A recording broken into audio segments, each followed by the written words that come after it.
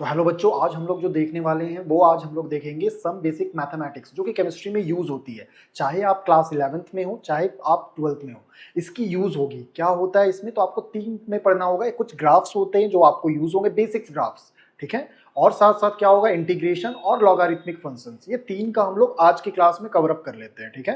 क्योंकि अभी क्या हुआ था, जैक बोर्ड क्लास 11 का रिसेंटली एग्जाम हुआ था, तो बहुत सारे बच्चे क्लास नहीं कर पाए थे। और उस केस में हम लोगों ने वही पढ़ा था, सम बेसिक्स मैथमेटिक्स और डेरिवेशन। तो वो दोनों का हम क्या करेंगे, वीडियो बना देंगे और अपलोड कर देंगे, फिर आप उसे देख सकते हैं, ठीक है। तो चलिए आज हम लोग बात करते हैं सम बेसिक मैथमेटिक्स। तो आप छोटा सा अपना हेडिंग डाल लीजिए, सम बेसिक मैथमेटिक्स, जो कि केमिस्ट्री में यूज होगा। समझ पा रहे हैं, सम बेसिक मैथमेटिक्स,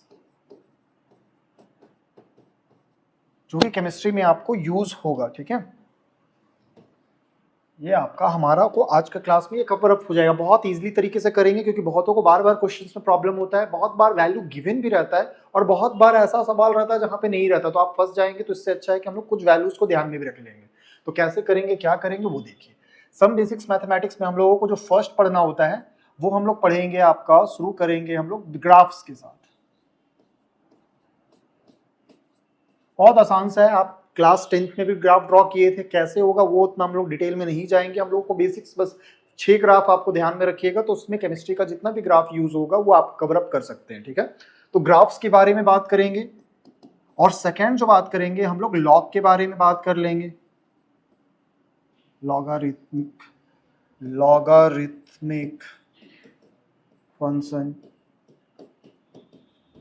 और थर्ड जो बात करेंगे हम लोग, वो हम लोग किसके बारे में बात कर लेंगे, बताइए, इंटीग्रेशन में।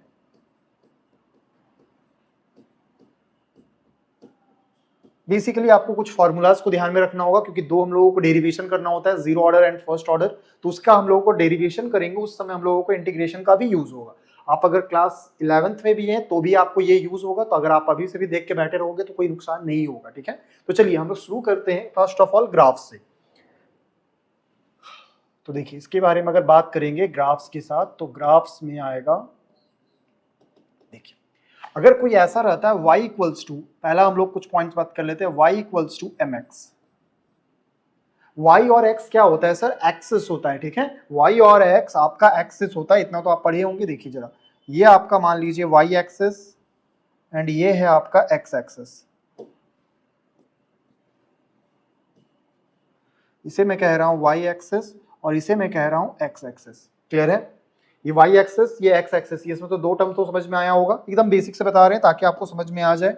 और अगर हमको इसका जरूरत भी पड़ेगा और, तो हम इसको और कर ले रहे हैं, एक यहाँ कर ले रहे हैं, क्योंकि हम लोग एक ही बार में खत्म कर लेंगे। और एक और बना लेते हैं, ठीक है। देखिए y इक्वल्स टू m, और सर m क्या होता है, तो m को कहते हैं स्लोप। एकदम इजी से करेंगे, आसानी से करेंगे, देखते चलिएगा। स्लोप, और स्लोप का वैल्यू होता है आपका tan थीटा, ठीक है, tan थीटा। बहुत ज्यादा आपको दिमाग नहीं लगाना है, आपको सीधा सीधा कवर अप करते हुए चलेंगे। तो देखिए, स्लोप को कह रहे हैं tan थीटा। tan थीटा जो होगा वो कितना एंगल बनाएगा, x एक्सिस से, ठीक है। तो देखिए y इक्वल्स टू mx, अगर स्लोप पॉजिटिव होगा तो इसका straight line passing through origin, इसका ग्राफ का नेचर कुछ ऐसा आएगा। y इक्वल्स टू mx का ग्राफ का नेचर आपका ऐसा कुछ दिखेगा आपको। y इक्वल्स टू mx का ग्राफ ऐसा आएगा। जो थीटा बोल रहे थे ना, वही ये एंगल है कि कितना एंगल बनाएगा। और बाकी तो tan थीटा का वैल्यू जो भी बताएगा उसमें सब्स्टिट्यूट करके आप m का वैल्यू निकाल सकते हैं। तो याद रखेंगे y इक्वल्स टू mx का होगा, तो जब भी जाएगा तो वो फर्स्ट क्वाड्रेंट में आएगा, और क्या बोल रहे हैं, straight line passing through origin कर लेंगे। Sir same to same second में देखिए, y equals to minus of mx। Minus मतलब निगेटिव स्लोप, तो निगेटिव स्लोप में क्या होगा, थोड़ा सा मैं इसे ऊपर कर ले रहा हूं, y equals to minus mx। तो y equals to minus mx में आपको क्या करना होता है, निगेटिव स्लोप होता है तो वो स्टार्ट तो होगा ऑरिजिन से, ठीक है, बट उसका स्लोप निगेटिव है तो वो कुछ इस साइड जाएगा, ऐसा।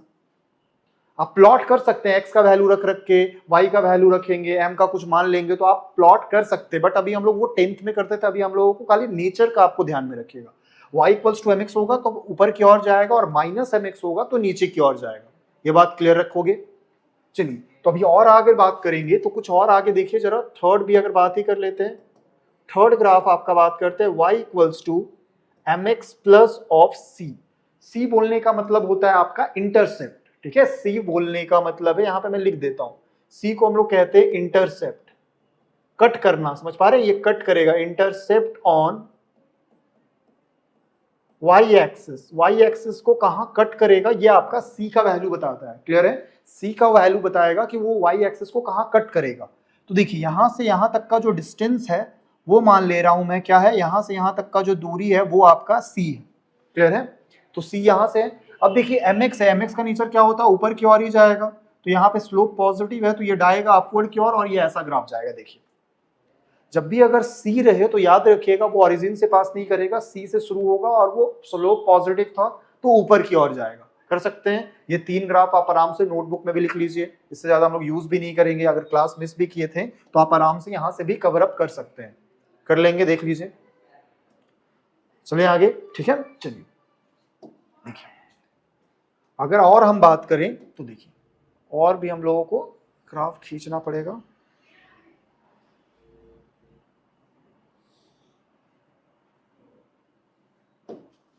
इसको हम लोग बोल दे रहे हैं y axis, sorry y axis इतना ऊपर नहीं लिख लीजिए, ये वाई एक्सिस होगा भाई, ये एक्स एक्सिस होगा। अब इसको हम लोग थोड़ा सिलेक्ट कर लेते हैं,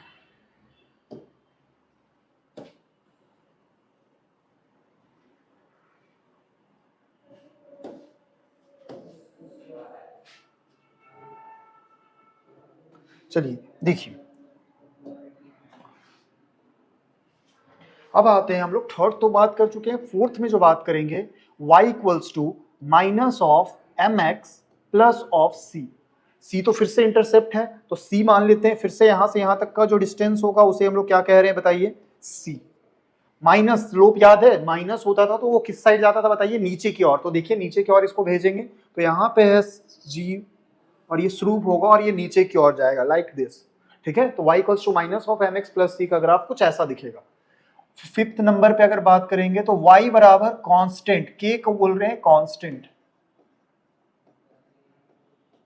कांस्टेंट मतलब y का वैल्यू कांस्टेंट, तो y का वैल्यू कांस्टेंट कैसे होगा, मान लीजिए यहाँ पे वैल्यू अगर कुछ भी आ रहा है, जैसे यहाँ से शुरू होता है 0 1 2 3 4 5 ऐसे बढ़ते बढ़ते मान लीजिए यहाँ पे 10 आया, अब कांस्टेंट बोल रहे हैं तो इसका वैल्यू फिक्स हो गया, मतलब यहाँ से आप कहीं पे भी चले जाइए तो यहाँ पे y का वैल्यू क्या होगा, कांस्टेंट।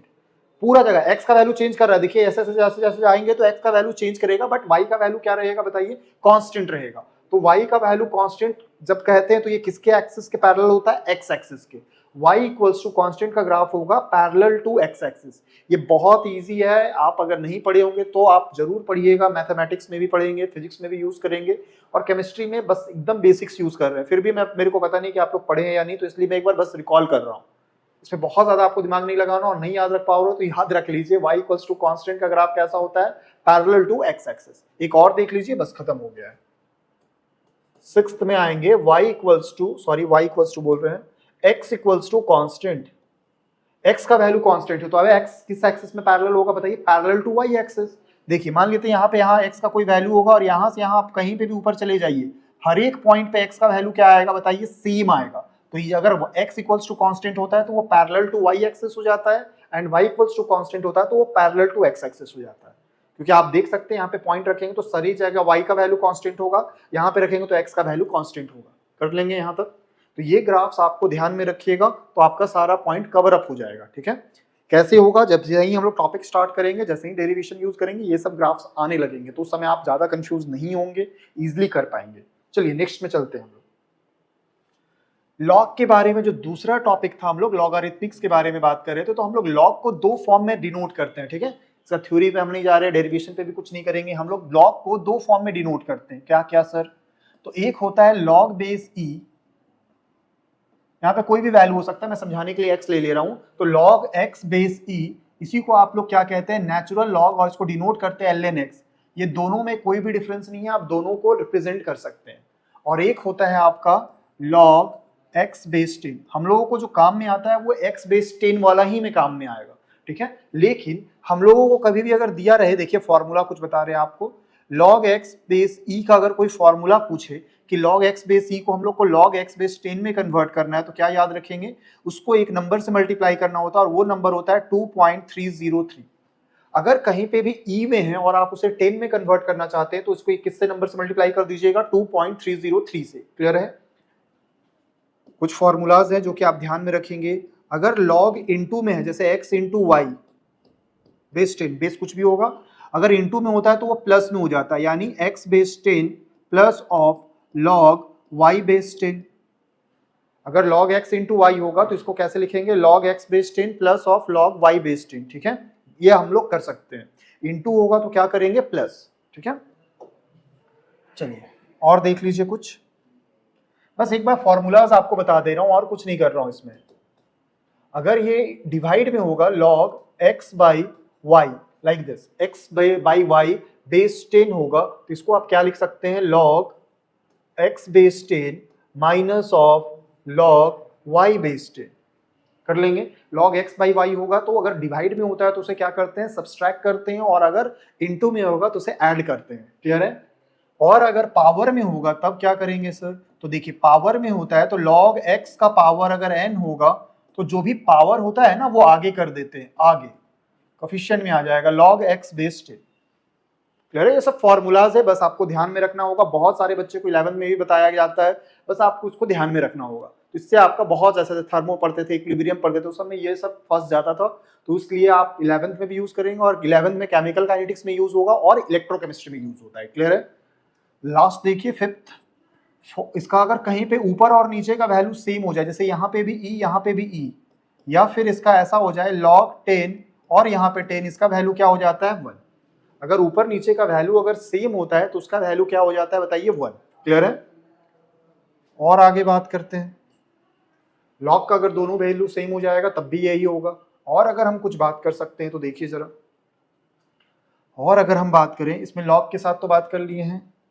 हाँ, कुछ वैल्यूज है जो कि आपको मैं बताता हूं। देखिए log 2 का वैल्यू याद रखिएगा, एग्जैक्ट वैल्यू होता है 0.3010, बट हम लोग न्यूमेरिकली जो सॉल्व करते हैं आपको कंफ्यूज नहीं करते हैं, छोटा सा 0.30 लेके भी चलेंगे तो आपका सारा काम बन जाएगा। log 2 का वैल्यू हो जाएगा 0.30। और अगर बात करिए, देखिए जरा, एक ही बार में खत्म हो जाएगा तो आप भी एक बार में आप अपना नोट कर सकते हैं आराम से। अगर बात करें आगे log 3 बेस 10 तो इसका वैल्यू आएगा 0.48। 4771 होता है, आपको वैल्यू बैठ के रट्टा नहीं मारना है, 0.4771 होता है। बट अगर आप इसको सिंपली कह सकते हैं जी, log 3 का बेस 10 का वैल्यू क्या हो जाएगा, 0.48। और अगर हम बात करें log 5 बेस 10 तो इसका वैल्यू हो जाएगा 0.6990 होता है, लेकिन हम लोग जो सॉल्व करते हैं वो पॉइंट का 2 डिजिट तक ही मोर देन इनफ होता है। ठीक है, ठीक है। log 5 बेस 10 का वैल्यू क्या होता है, 0.70। और उसके बाद अगर हम बात करें, देखिए log 5 बेस 10 का भी बात कर चुके हैं, log 7 का कहीं कहीं यूज हो जाएगा तो आप उसको भी याद रख सकते हैं, 0.85। 845 होता है पर 0.85, इतना वैल्यू आप याद रख लेते हैं। log का ये फंक्शंस का अगर ये फॉर्मूलाज ध्यान में रखते तो आपका बहुत सारा क्वेश्चन, क्या सभी क्वेश्चन आप आराम से बना पाएंगे। ना ही चार्ट देखने का जरूरत होगा, अगर आप एनसीईआरटी को पीछे पलटेंगे तो चार्ट भी रहता है, तो आपको चार्ट की भी जरूरत नहीं पड़ेगी, और आप सीधा का सीधा यहाँ से निकाल सकते हैं यही फॉर्मूला की मदद से। कुछ सवाल करते हैं ताकि आपको दिमाग में क्लियर हो जाए, तो इसको एक बार नोट कर लीजिए। मैं थोड़ा साइड हट गया हूँ, ठीक है। चलिए पॉज भी करके कर सकते थे। देखिए अब इसका सर यूज कैसे होगा, सर क्या log 1 का वैल्यू कैसे निकालेंगे, अच्छा कुछ पता होगा ना भाई, कहीं पे मान लीजिए log 1 का वैल्यू बताइए तो क्या आएगा, आप याद रखे होंगे तो 0 होता है, बट कैसे होता है वो देखिए। देखिए इसको हम ऐसा लिख सकते हैं 10 का पावर 0, 10 का पावर 0 का वैल्यू क्या हो जाएगा बताइए, 1। ये सब पता होगा, थोड़ा सा बता देते हैं एक बार। 10 का पावर 1 का वैल्यू क्या होता है, 10। 10 का पावर 2 का वैल्यू क्या होता है, 100। जितना पावर रहता है उतना 0 बैठाते जाते हैं 1 लिखने के बाद। 10 का पावर 3 का वैल्यू होता है 1 लिखेंगे और 3 को 0 बैठा देंगे, कर सकते हैं। और 10 का पावर 4 मतलब 1 लिखेंगे और 4 को 0। ये आपको पता होना चाहिए, ठीक है, और नहीं पता था तो बता दिया हूं। तो log 1 को तो नहीं पता है सर, तो इसको कैसे लिखेंगे, log 10 का पावर 0 बेस 10, कर सकते हैं। अब जो पावर ऊपर में था उसको आगे भेज देंगे तो क्या हो जाएगा, फॉर्मूला पढ़े थे ना, जो पावर होता है वो आगे आ जाता, तो 0 log 10 10, और 0 की जगह 0 log 10 10 का वैल्यू बताए थे 1, तो इसका आंसर क्या आ जाएगा, 0। तो आप ऐसे भी देख सकते हैं, ये भी कर सकते हैं। चलिए देखिए log अगर 100 का वैल्यू आ जाए तब, 100 बेस 10 का पहले कर लेते हैं।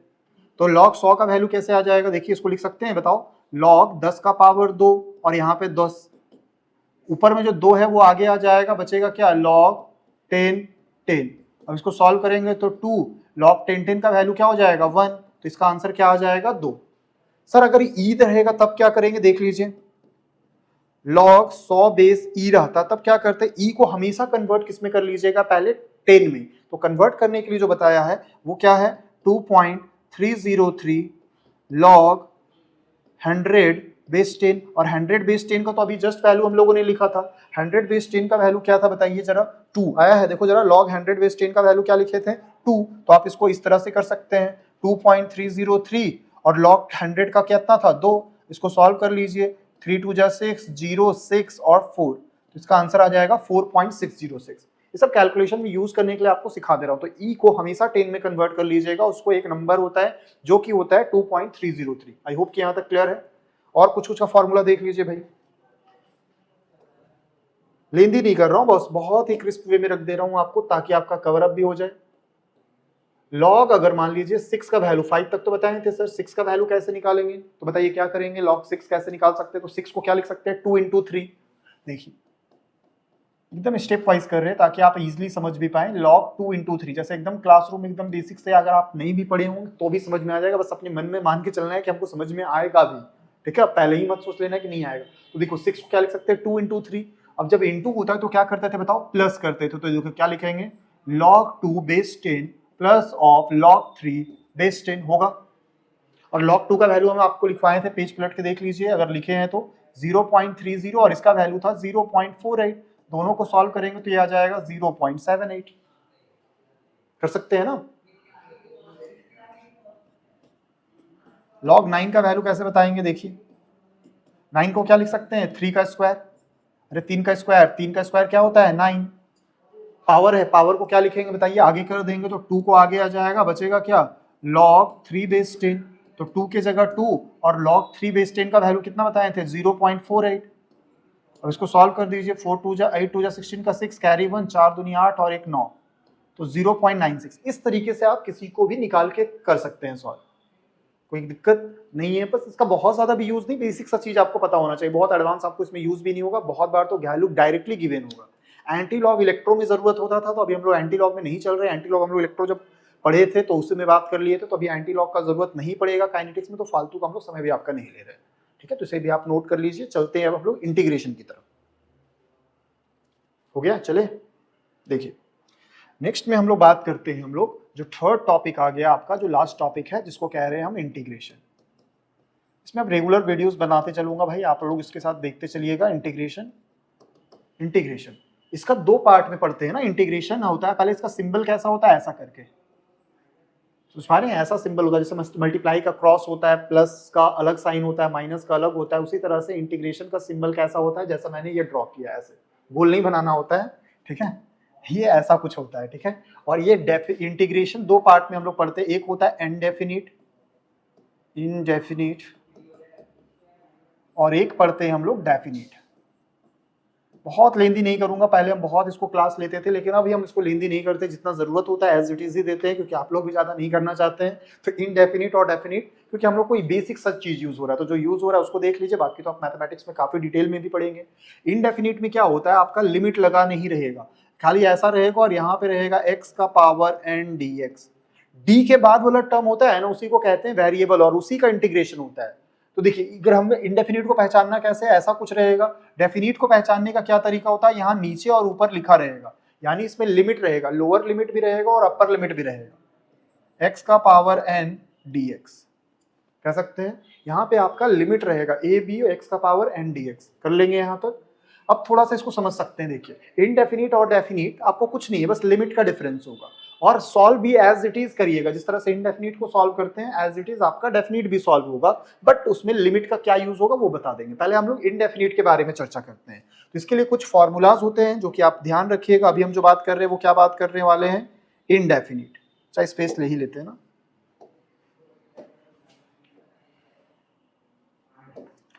देखिए अगर हम बात करें तो पहला जो हम बात करने वाले हैं इनडेफिनिट। इंटीग्रेशन। 2-3 फॉर्मूलाज होते हैं, बस फॉर्मूला भी आप याद रखेंगे तो आपका सारा काम बन जाएगा, ठीक है। देखिए इनडेफिनिट का फॉर्मूला होता है फर्स्ट ऑफ ऑल x का पावर n dx। इंटीग्रेशन का मतलब क्या होता है, किसी चीज को बढ़ाना, छोटा छोटा टर्म है उसको क्या करना है, बढ़ाना है, ठीक है। अगर छोटा सा पॉइंट का हमको वैल्यू पता है या एरिया पता है तो हम बड़ा सा एरिया भी निकाल सकते हैं बाय यूजिंग इंटीग्रेशन, ठीक है। तो देखिए इसका फॉर्मूला जब भी n होगा ना तो यहाँ पे क्या करते हैं, इसका फॉर्मूला होता है, पढ़े भी होंगे आप, n+1 और जो पावर ऊपर होता है वही पावर नीचे लिख दीजिए n+1। ये इनडेफिनिट में एक कांस्टेंट आता है, मैथ्स में आपको यूज होगा, केमिस्ट्री में आपको यूज भी नहीं होगा। ये फॉर्मूला हर जगह नहीं एप्लीकेबल होगा, एक जगह नहीं लगा सकते ये फॉर्मूला, जहां पे n का वैल्यू -1 होगा उस केस में ये वाला फॉर्मूला नहीं लगा पाएंगे। ये फॉर्मूला हर जगह लगाएगा एक्सेप्ट n = -1। सर अगर -1 होगा तब क्या करेंगे, ये फॉर्मूला नंबर 1 हो जाएगा। और फॉर्मूला नंबर 2 में अगर बात करेंगे, अगर -1 होगा तब क्या करेंगे, ये वाला फॉर्मूला नहीं लगेगा, क्लियर है। तो x का पावर -1 को आप क्या लिख सकते हैं और बताओ सकते हैं, -1 अगर नीचे आएगा तो x का पावर 1 हो जाएगा, 1 लिखिए या ना लिखिए कोई फर्क नहीं होगा। ये तो पढ़े होंगे ना, माइनस रहता है ऊपर वाला चीज, अगर ऊपर में माइनस है नीचे आएगा तो प्लस में हो जाता है, ठीक है। और 1/x का इंटीग्रेशन होता है log x base e plus of c। याद रख लेंगे, ये दो फॉर्मूला आपको बहुत हेल्प करेगा और यही दो में टिका हुआ है। और एक आता है कांस्टेंट, तो कांस्टेंट इंटीग्रेशन के बाहर आता है, उतना कुछ उसका यूज नहीं है। जैसे k मतलब कांस्टेंट, x का पावर n dx, तो क्या करेंगे बताइए, k को पहले ब्रैकेट से बाहर कर देंगे और x का पावर n का इंटीग्रेशन कर देंगे। और x का पावर का इंटीग्रेशन क्या आता है, k की जगह k ही रह जाएगा और x का पावर n का n+1 by n+1 plus of c, ये होता है आपका। ये 3 फॉर्मूला ही आपको यूज होगा, इसमें कुछ नया फॉर्मूला नहीं आएगा डेफिनेट में। पहले इसका कुछ सवाल कर लेते हैं, ठीक है। तो चलिए इसको नोट कर लिए, और नोट कर लिए हो तो चलते हैं हम लोग आगे की तरफ। फॉर एग्जाम्पल लाइक दिस, कुछ सवाल कर लेते हैं फिर आगे चलेंगे। जैसे कहीं पे लिखा हुआ है x का पावर 3 dx, ठीक है। तो इसको अगर सॉल्व करिएगा तो क्या आ जाएगा, पावर है 3 तो 3+1 बाई 3+1 यानी 4 प्लस c, तो इसको लिख सकते हैं आप x का पावर 4 बाई 4 प्लस c, कर लेंगे। देखिए दूसरा अगर आ गया, मान लीजिए k by x dx, k है ना ये, तो k को क्या करिएगा बताइए, बाहर कर लेंगे। और 1/x का इंटीग्रेशन आप सभी को पता है k, इसका इंटीग्रेशन हो जाएगा log x base e plus of c, कर सकते हैं, ठीक है। एक और देख लीजिए,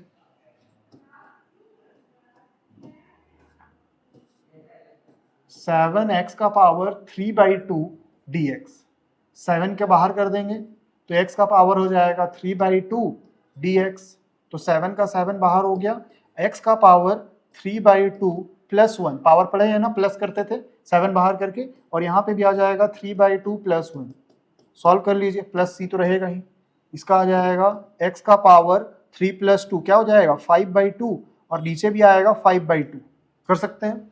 अब इसको थोड़ा सॉल्व करेंगे तो ये ऊपर में चला जाएगा, 7 2 जा 14 और ये 5, 2 ऊपर चला जाएगा ना, तो 7 2 जा 14 और 5 रह जाएगा, और ये आ जाएगा x का पावर 5/2 प्लस c, यहाँ पे c लिख सकते हैं। इस तरीके से आप सॉल्व करते हैं। बस आपको ये ध्यान रखिएगा, अगर x नीचे होगा या x का पावर -1 होगा उस केस में log x लगाएंगे, अगर हर और अदरवाइज हर केस में क्या करेंगे, पावर में +1 कर दीजिएगा, ठीक है, और नीचे भी वही लिख देंगे। कर लेंगे यहाँ तक, चले आगे। देखिए नेक्स्ट अगर और बात करें, अगर डेफिनिट का बात कर लेते हैं, देखिए डेफिनिट के साथ जिसका पार्ट 2 में था, डेफिनिट इंटीग्रेशन, फॉर्मूला जैसा उसमें लगता था एज इट इज इसमें भी वही लगेगा, बस आपको लिमिट का खेल समझना है। देखिए जैसे इसका अगर एग्जांपल हम बात कर रहे थे, तो x का पावर n dx, यहाँ पे a और b, ध्यान से समझिएगा कि क्या बोल रहे हैं, ठीक है। देखिए जो पावर x का पावर n है तो यहाँ पे भी क्या लिखिएगा, x का पावर n+1 बाई n+1, इस केस में कोई कांस्टेंट नहीं आएगा, क्लियर है। डेफिनिट में कोई कांस्टेंट नहीं आता है, सिर्फ इनडेफिनिट में ही आता है। तो अगर इसका बात करेंगे तो x का पावर n+1 बाई n+1, और यहाँ पे अगर हम यूज करते हैं, देखिए जब भी लिमिट आएगा ना, ये लिमिट जो नीचे वाला लिमिट इसको कहते हैं लोअर लिमिट, और जो ऊपर लिखा हुआ है उसको कहते हैं अपर लिमिट। तो लोअर लिमिट को हम लोग यहाँ लिखते हैं और अपर लिमिट को क्या लिखते हैं, ऊपर की ओर, कर लेंगे। अब इसको थोड़ा सॉल्व करेंगे, तो इसको सॉल्व करेंगे तो क्या आ जाएगा, अपर लिमिट को डालेंगे x की जगह, सिर्फ वेरिएबल की जगह ही डाल सकते हैं, तो एक बार अपर लिमिट को डालेंगे तो क्या आ जाएगा, b का power n+1 by n+1 minus negative आता है, जैसे ही नीचे वाला डालेंगे ना तो नीचे वाले डालने से पहले आपको क्या करना होगा, एक माइनस का साइन लगाना होगा और इसको सॉल्व करेंगे तो ये आ जाएगा a का पावर n+1 बाई n+1।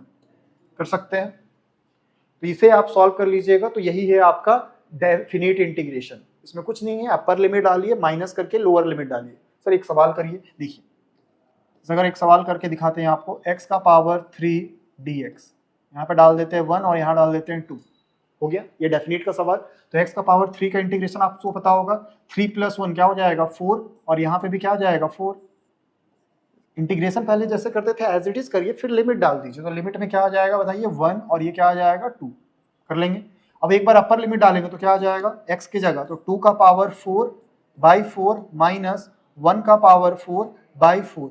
2 का पावर 4 कितना हो जाएगा, 2 2 जा 4, 4 2 जा 8 और 8 2 जा 16, ऐसे 2 का पावर 4 मतलब ऐसा भाई, 2 4 8 16, तो ये आ जाएगा 16/4 माइनस 1 का पावर 4 करेंगे तो एक ही आएगा 1/4, तो एलसीएम लीजिएगा तो 16 माइनस 1/4, यानी इसका आंसर क्या आ जाएगा 15/4।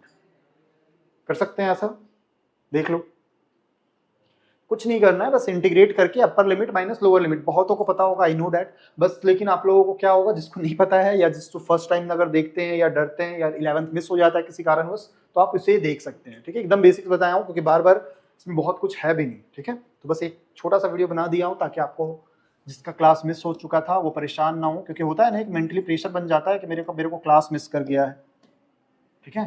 देखिए इसमें अगर हम लिख देते हैं 1/x dx, यहाँ पे 2 लिख देते हैं, यहाँ पे 3 लिख देते हैं। 1/x का इंटीग्रेशन बताइए क्या आएगा, log x बेस e, कर सकते हैं। अब यहाँ पे लिमिट डालेंगे तो क्या आ जाएगा 2 3, एक बार क्या आ जाएगा log 3 base e minus log 2 base e। देखो माइनस में जब रहता तो बताए थे, जब माइनस में रहता तो डिवाइड हो जाएगा, तो आप इसको क्या लिख सकते हैं log 3/2 बेस e, यही आंसर। इतना करके आप छोड़ सकते हैं, तो बहुत कुछ नहीं आएगा, इतना में आपका मोर देन इनफ सारे डेरिवेशन आपको समझ में आने लगेगी, ठीक है। जो केमिकल काइनेटिक्स का जो नेक्स्ट क्लास हम लोग बात करेंगे वो डेरिवेशन पे करेंगे, जिसमें zero order and first order का डेरिवेशन करेंगे। इससे पहले जो पढ़े थे rate law, differential rate law, उसको थोड़ा सा देख के आइएगा, तब आपको समझ में आ जाएगा, अदरवाइज मैं रिकॉल कर दूंगा, ठीक है। तो इसी के साथ मिलते हैं नेक्स्ट वीडियो में, तब तक के लिए धन्यवाद।